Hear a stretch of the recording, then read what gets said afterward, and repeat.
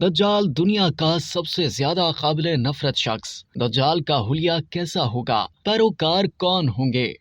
दुनिया में बदी के दो बड़े नामों में एक नाम शैतान का है और दूसरा दज्जाल का। कहते हैं कि अल्लाह ताला ने दज्जाल को पैदा फरमाकर मशरिक की जानिब कुराए अर्ज के किसी दूर दराज जजीरे में कैद फरमा दिया था। दज्जाल दुनिया का वो सबसे ज्यादा काबिल नफरत शख्स है जिसे अल्लाह के नबी हजरत मोहम्मद मुस्तफ़ा सल्लल्लाहु अलैहि वसल्लम ने दुनिया का सबसे बड़ा फितना करार दिया और इसके शर से पनाह मांगने की दुआ फरमाई। जबकि यहूदियों के नजदीक ये हजरत मूसा अलैहिस्सलाम के बाद सबसे ज्यादा काबिल इज्जत और मोहतरम शख्सियत है जिसे वो अपना निजात दहिंदा समझते हैं। दज्जाल के हुलिये से मुतालिक बात की जाए तो मुख्तलिफ अहादीस मुबारका में हजरत मोहम्मद सल्लल्लाहु अलैहि वसल्लम ने दज्जाल का जो हुलिया बयान फरमाया वो इस तरह से है। पस्ता कद, भारी भरकम जिस्म और मकरूह चेहरे पर उलझे हुए बेतरतीब घुंघरियाले बालों वाला एक शख्स जिसकी दाएं आंख कानी जैसे अंगूर का उभरा हुआ दाना, सुर्ख रंग और दोनों आंखों के दरमियान यानी माथे पर काफिर यानी काफिर लिखा होगा। दज्जाल के पैरोकारों की अक्सरियत यहूदियों और औरतों पर मुश्तमिल होगी। दज्जाल जब नमूदार होगा तो उसके लश्कर में 70,000 यहूदी पैरोकार होंगे जिनके सरों पर तलसान की अबाएं होंगी। सैयदना अनस बिन मालिक रज़ी अल्लाह ताला अन्हु से रिवायत है कि रसूलुल्लाह सल्लल्लाहु अलैहि वसल्लम ने फरमाया,